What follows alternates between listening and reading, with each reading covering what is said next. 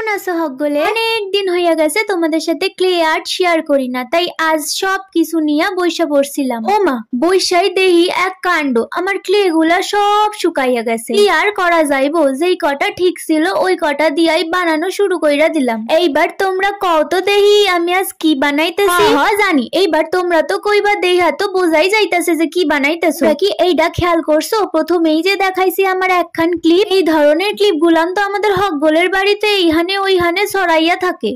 আজ এই ক্লিপের মধ্যে আমি যত কারুকার্য করি। এবার তোমরাও যাও ঝটপট গিয়া এই ধরনের ক্লিপ গুলা কুড়াইয়া কাছাইয়া নিয়া বইসা পড়ো দেহি, আর দোকান দিয়া এমন ধরনের একটা ক্লেও কিনা আনো জলদি।